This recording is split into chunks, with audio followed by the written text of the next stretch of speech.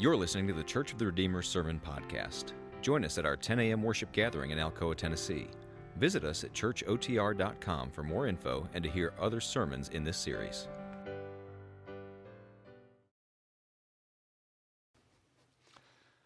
Last week we started just a 5-week sermon series reminding you, refreshing you of what our church's values are. We did that last 2.5 years ago, and I realized we need to do that just at least every 2 years. For those who were here, what was our first value? Gospel immerse. I'm so proud of you. There's going to be a quiz at the end of all this to make sure you remember this in 2 years' time. Today we look at multiplying. And out of that, we're going to be looking at Matthew chapter 13. We'll read verses 1 through 9, skip down to verse 18 after that. This is Jesus' parable of the sower. That same day, Jesus went out of the house and sat beside the sea, and great crowds gathered about him, so that he got into a boat and sat down. And the whole crowd stood on the beach. And he told them many things in parables, saying, A sower went out to sow, and as he sowed, some seeds fell along the path, and the birds came and devoured them. Other seeds fell on rocky ground where they did not have much soil, and immediately they sprang up, since they had no depth of soil. But when the sun rose, they were scorched. And since they had no root, they withered away. Other seeds fell among thorns, and the thorns grew up and choked them.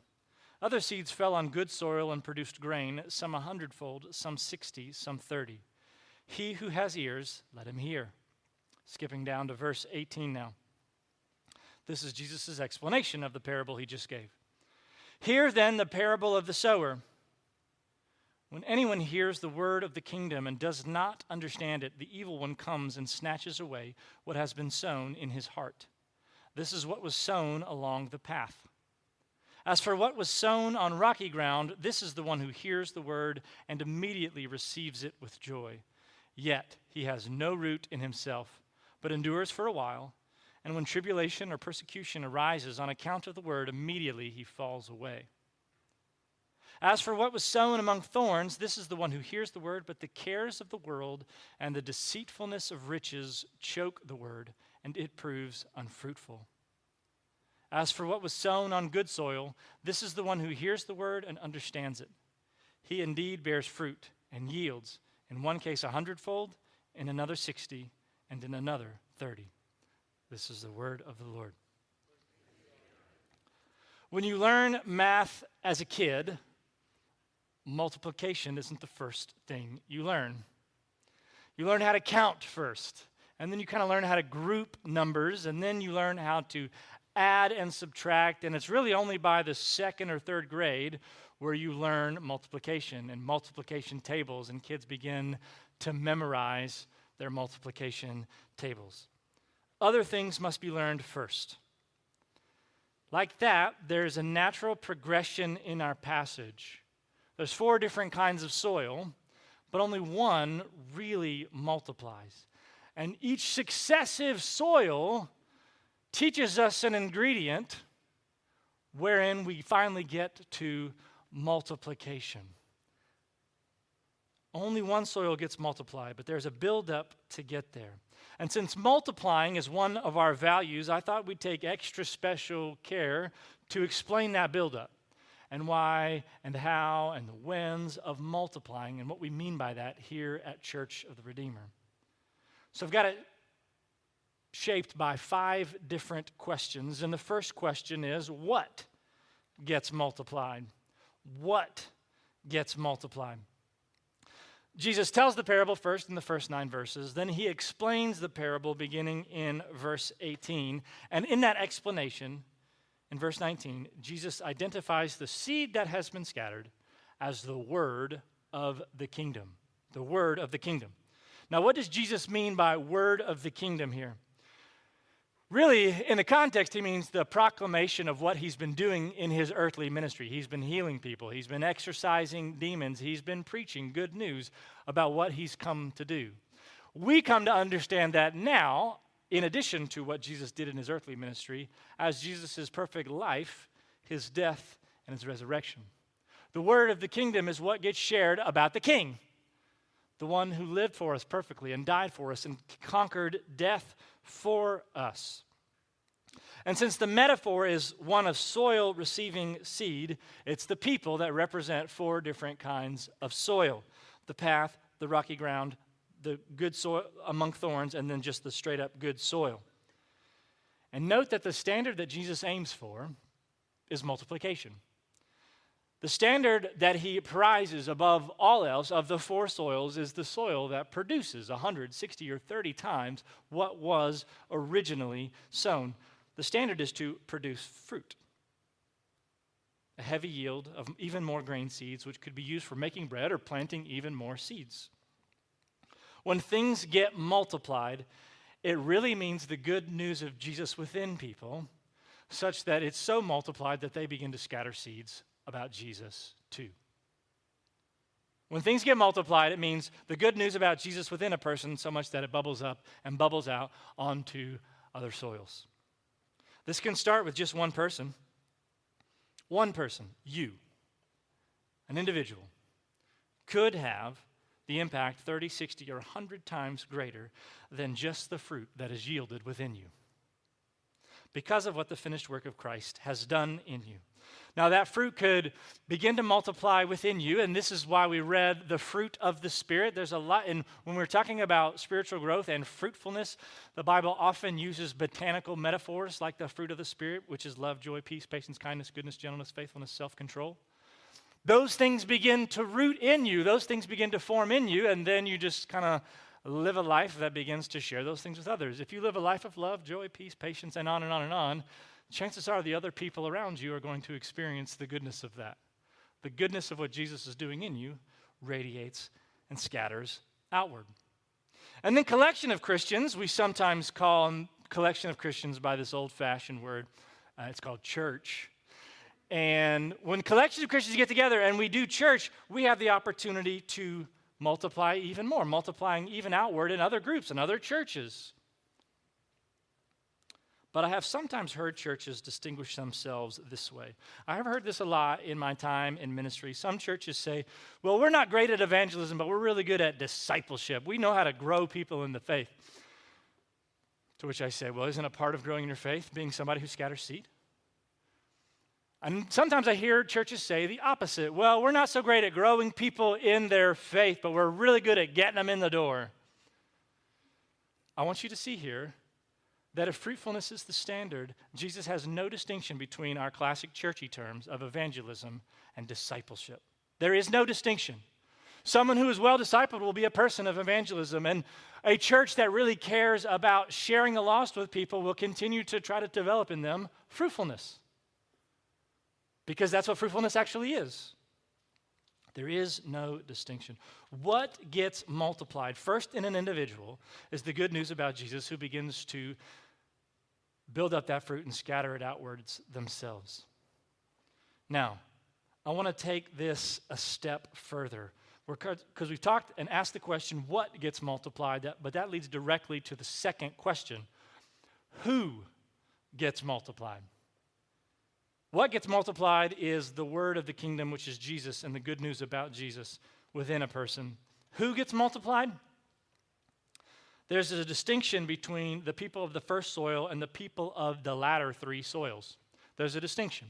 The latter 3 soils all do something that the first soil, the seed that's sown along the path, doesn't do. And that distinction is hearing. Hearing. In verse 19, the seed sown along the path represents people for whom hearing is snatched away from them, and they're not able to understand the message of the good news about Jesus. Now, by contrast, there are 2 soils that do not multiply, and they still hear. So the first ingredient to becoming a person who's a person of multiplication is someone who hears. Someone who hears the good news about Jesus, begins to understand it. You see, the second soil on rocky path in verse 20, this is a person who hears and receives with joy, but it doesn't have a root. Verse 22, there's the one who hears but's choked out by worry and the thorns around them, but they still hear. When we talk about the first ingredient as to who gets multiplied, it is a person who hears the good news about Jesus and at bare minimum understands it. The first person who does not progress along the path of the good news of Jesus being multiplied within them is someone who does not truly hear. I want you to note that this is primarily a passive posture. This is a posture that receives more than activates. Americans are an activist people, and we are a lot more comfortable associating the metaphor of our lives and even our spiritual lives as something we do, something we accomplish, maybe with our hands, whereas our ears are very passive. He who has ears, let him hear. Hear. It's a passive posture, not an active one. I think about this the same way I think about the video game Kirby. If you know Kirby, I liked Kirby when I was a kid growing up, playing it on the Nintendo, and my kids now like it on the Nintendo Switch. If you've never heard of Kirby, let me explain it to you. Kirby is this puffy, cloudy fellow who walks along not very fast, and he has no magical powers. He can do nothing special. In fact, he is kind of a weakling. But he has one thing he can do, which is he can suck in a lot of breath. And when he comes, when he comes across an enemy, or even a good guy with a special power, what he can do as this big cloudy fellow is he sucks them into himself, and then he steals their power. He can mimic their powers. The only thing he can do is receive someone else's power, but ironically, by having no power at all, he becomes the most powerful person in the game. Kirby. A posture of reception. Kirby has no power of his own except to receive that of others, but when he does, he's the most powerful character in the game. And I think about hearing Jesus that way. We cannot save ourselves. We cannot do anything. In fact, you guys are just kind of sitting there. You might even say, in some senses, I'm holding you 30 minutes verbally hostage because you're just sitting there. But the person who hears is the person who is eager to hear what Jesus has to say for them. Eager to hear what Jesus is going to do in your life. Eager to know that Jesus has saved you. And maybe you're in the room this morning and you're not a Christian at all, but this is like, oh, I've never kind of heard it like this. And that's what we call the Holy Spirit working on your life. And you go, I want to hear this. Hearing is the first thing. Being passive and receiving for yourself what Christ has done for you. If you are a Christian, the first step to multiplication is like that. You receive Jesus. Instead of activating yourself, like Kirby, you just receive what he's done. And then you are empowered. The person who begins to be multiplied is the person eager to hear the good news about Jesus for themselves in church, in a small group, however. This is the person often eager to open up the Bible for themselves, not to see what they're supposed to do out of it, but what they're supposed to receive from what God would say to them. And yes, I would say ongoingly, the person who hears is the person who can sit with some silence in their life. Maybe you sit in a chair. Maybe you recline in a bathtub. Maybe you get on your knees by your bedside. Whatever it is, however it is, the Christian who begins to multiply is the person who hears over and over again. Not just at the beginning of their Christian life that they've been saved by grace, but ongoingly they hear from Jesus. Of course, this is why I'm so against screens and why I encourage you to put your screens in your sock drawer as much as you can, because screens encourage agitation. Screens encourage an overbusied life, an overbusied inner life. You could sit in a chair for 10 hours and be very agitated in your spirit. The person who hears is the first ingredient to the person who begins to be multiplied, which does mean soft soil in your inner life.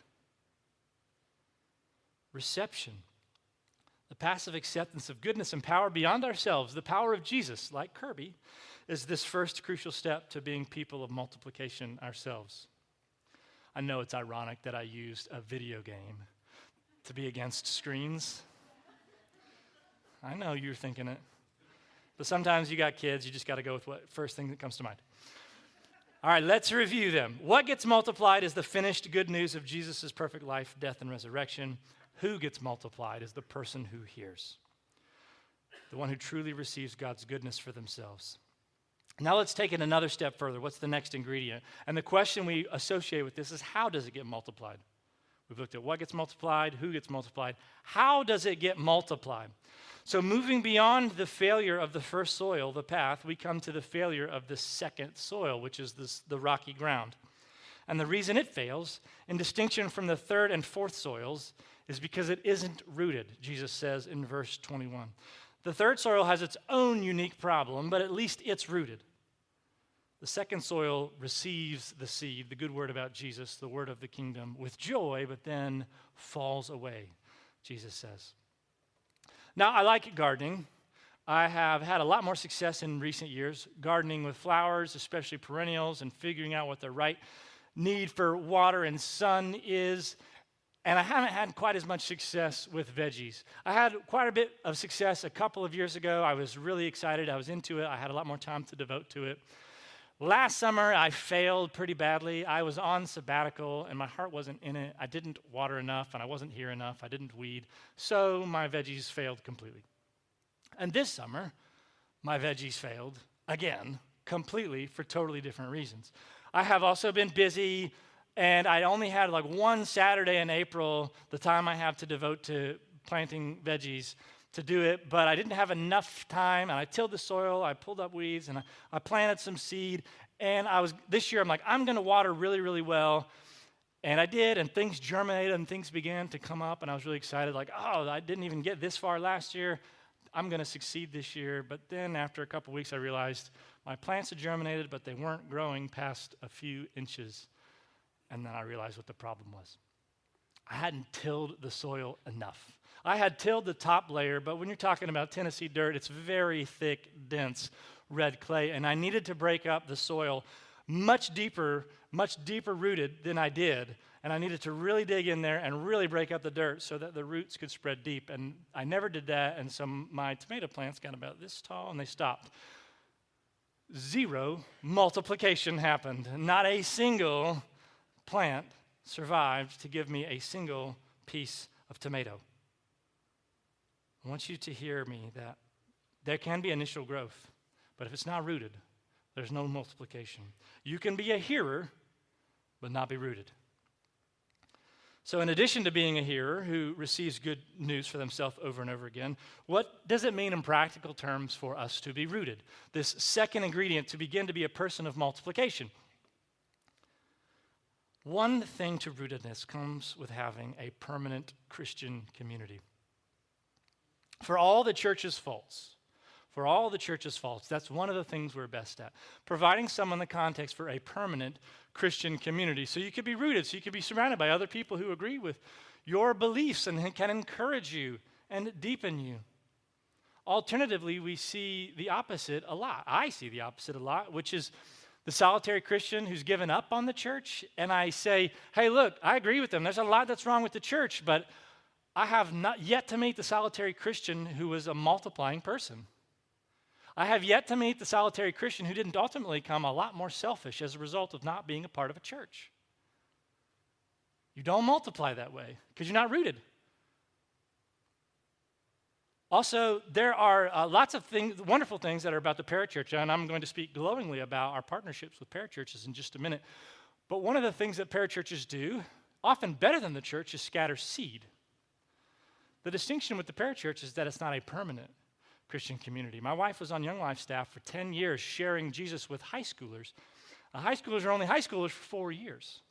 If there's no permanence after that, we saw lots of kids come to faith at camp, other places, but then they never got rooted in a church community, and so they fell away. Saw all the time. There was an initial joy. There was lots of excitement, and the Lord could still do something in their lives. I'm not giving up on them. I'm just saying, part of rootedness is a permanent Christian community. That's a part of it. Another part of rootedness that Jesus is talking about here is permission to suffer. If one expects the whole of the Christian life to be unadulterated happiness, you are not reading Jesus properly here. The reason the rocky path doesn't root the seed well is because it falls away on account of tribulation, Jesus says in verse 21. But frankly, rootedness comes from a sober-mindedness that life is often not easy. It's not easy. We come to church on Sunday mornings, if we can even walk through the doors at all. Most of us come in weary much of the time. Just admit it. It's okay. I'm weary too. I'm right there with you. And Jesus basically says, this is normal. You as a Christian will experience suffering, tribulation, hardship, whatever it might be, as all humans do. And I think one of the reasons a lot of Christians lose their minds online because Christianity is not as prized in our culture, it's not as prized by elites. It doesn't have as much public esteem as it used to. So Christians lose their minds online because we don't have as much cultural power as we used to. And I'm sitting here thinking, the center of the whole faith is the most powerful guy in the world died on a cross. Like, that's kind of pretty important part of what we believe. Jesus has to expect it. I could talk for a long while about rootedness, but at the bare minimum, a part of rootedness is having a permanent Christian community, a church, and expecting suffering. I could talk a long while about what I think by rootedness, but that's at the minimum what I think. So even still, if we hear well and we are rooted well, it's not a guarantee that we will multiply. And that leads us to the next question. When does the seed get multiplied? When does the seed get multiplied? And in verse 22, the third soil has been heard and been rooted, but it doesn't multiply. So what's the third soil's hang up? According to Jesus, this soil that can be rooted, that is hearing, it grows up, but it's choked out by thorns. And what do the thorns represent? Desire. More specifically, misdirected desire. Jesus calls this the cares of the world, and he adds to that the deceitfulness of riches. Asking, what do you care about, is another way of asking, what do you really want? What do you really want out of life? What do you most deeply care for, that's the thing that you would direct your whole life toward? What is your most preoccupying thoughts? Desire. What do you want? What do you care for? Once a Christian has heard the word, once a Christian that has been rooted in the church and the expectation of suffering, what's the difference between the thorny soil that doesn't multiply and the soil that does? And the answer is simply this. The soil that multiplies wants Jesus more than anything else. Desire. Truly wanting Jesus. Not just thinking he's there when you need him. Not just thinking that's your life insurance to get into heaven. Not just because it's kind of an important thing to do. It's you want Jesus. You want him more than anything else. It's so simple to understand and so difficult to acknowledge in our soul. If you have ever sought me out for some kind of pastoral counseling, chances are you have encountered this question rather baldly. I often ask, what do you really want? You're sharing a lot about how you want other people to change in your life, but what do you really want? Do you know? And the truth is, most of us lead such unreflective lives, such busy lives, we often don't really know what we want. Do you really want to follow Jesus more than defending yourself against your spouse? Do you really want to follow Jesus more than getting into your preferred college?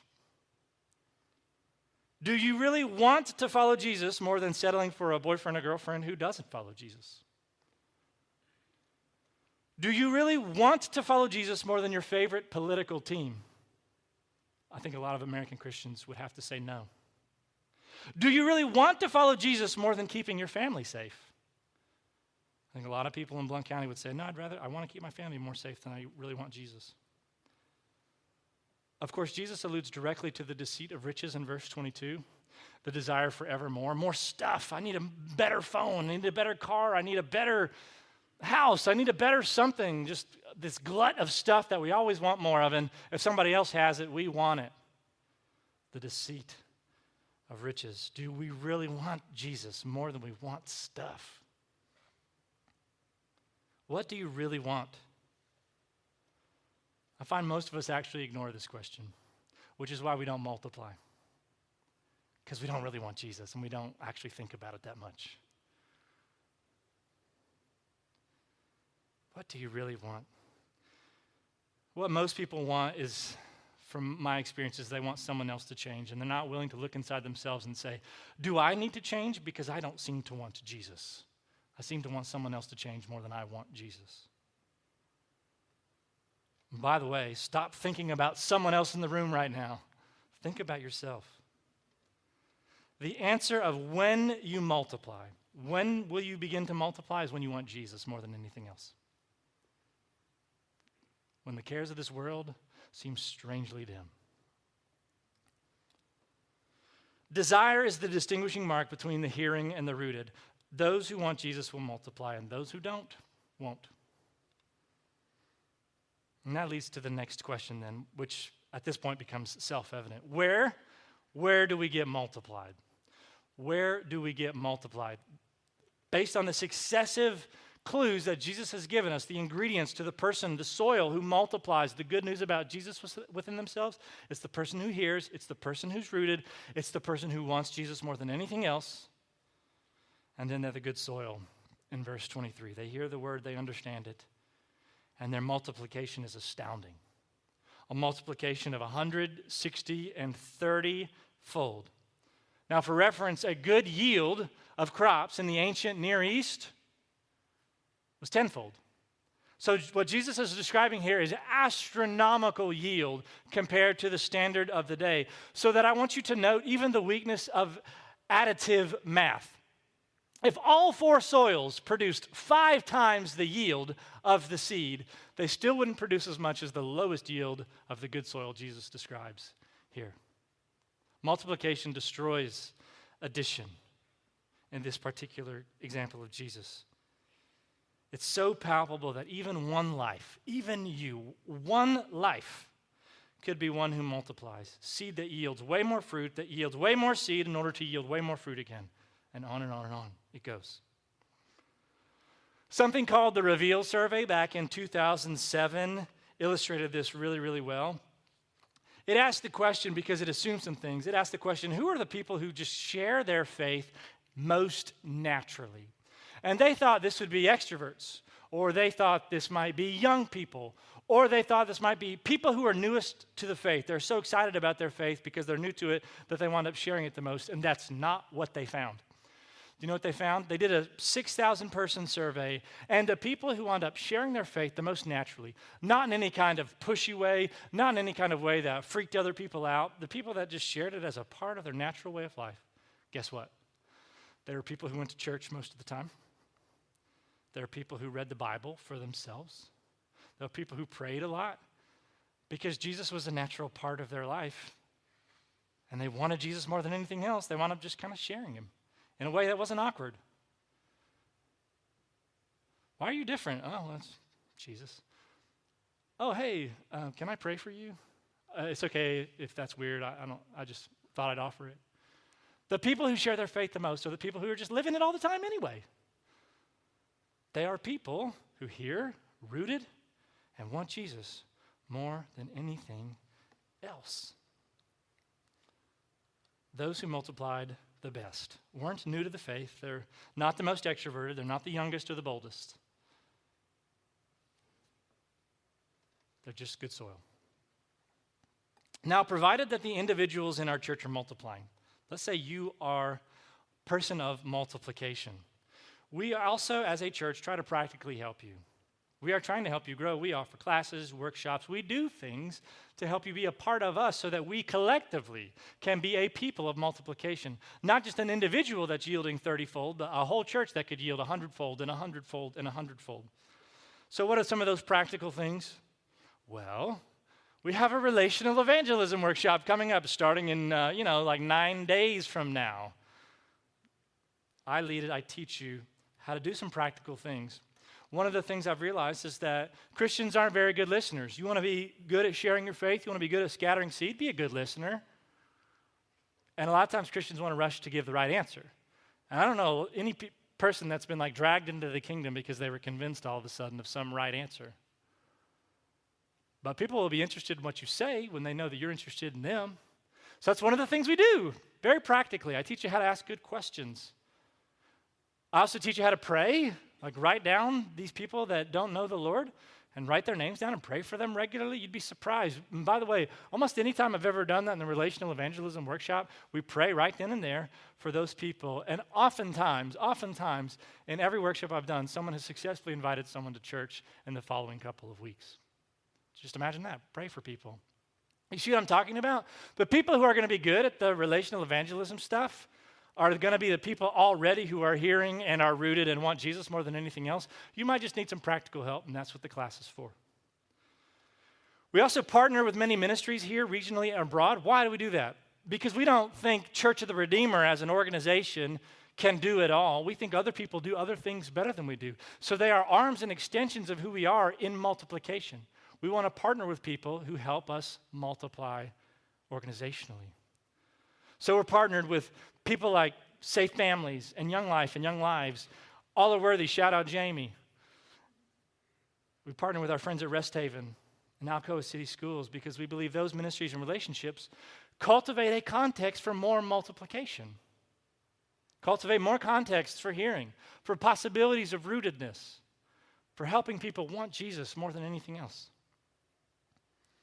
We also do the same thing through Dignity, who works with refugees in Prague, World Orphans and what Cape Borders does, Dan and Mary Butler, Nina Rika in Germany, Mike and Stephanie Kuhn. These are all people and ministries that help Church of the Redeemer have an extension of multiplication. People that believe in these values that I'm talking about. Now, if you didn't know what a lot of those names are, don't worry. We'll have a Mission Sunday in several months. We'll explain all of those partnerships even more. We also partner in church planting, which is the multiplication of churches. We had a church planting resident for 2 years, Matt Cohn. We sent him to Atlanta, and now he's planting a church, and he's doing a great job. We even had a pastoral resident, Scotty Hill, with us for 6 months. He just ended his time here in July. And guess what he wants to do now? He wants to plant a church. He didn't even come here. He was just a part of a normal pastoral training program, and he caught the bug from us. Isn't that wonderful? We also partner with Trinity Church in Manchester, England. We partner with an organization called Europe Collaboration, and we fund churches in Toulouse, France, Frankfurt and Munich, Germany, as well as Dublin, Ireland. All of these partnerships help us take what might be an individual Christian yield of 30-fold and turn it into a group yield of 100-fold. Not because it's only formal ministries that multiply. That's one of the reasons I spent the burden of the sermon that I did on the buildup of the person, the individual who multiplies. It's just that those ministries and churches share the same values we do in the whats, the whos, the hows, and the whens of multiplication. It starts with the individual and radiates outwards to churches and ministries because they contain leaders who want to multiply. Now, I've been speaking for 30 minutes, and unless you've been taking close notes, you might have missed that there's one question I didn't ask yet. I've asked what, who, how, when, and where things get multiplied, but I haven't asked yet why. Why does the seed of the kingdom get multiplied? Jesus answers that in John 12:24, and he says this about multiplication. He says, unless a kernel of wheat falls to the ground and dies, it cannot bear any fruit. And he was talking about himself. He says, unless I die, you can't receive the goodness of what I have done for you. Unless I die, you can do nothing on your own. There can be no multiplication unless there is Jesus' death for us, the kernel of seed himself who falls to the ground and dies. When any seed becomes fruitful, it must first cease being a seed and die. All of our efforts to multiply are merely human efforts if we lose this or we forget this.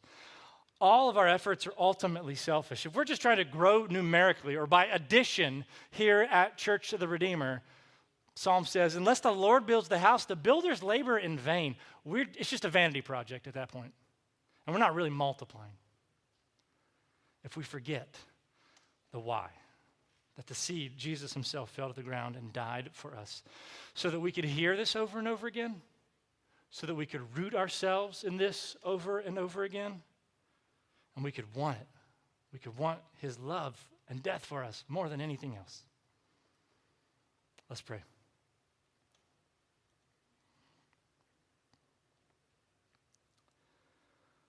Lord, help us to be a people of multiplication. You've laid it out. You laid it out 2,000 years ago about the kinds of people who follow you who get multiplied. Help us to be faithful to this simple parable. Maybe people in this room have heard it for the 100th time in their life. Help us to be good soil, we pray. In Jesus' name, amen.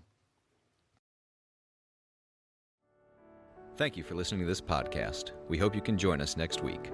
God bless and have a great week.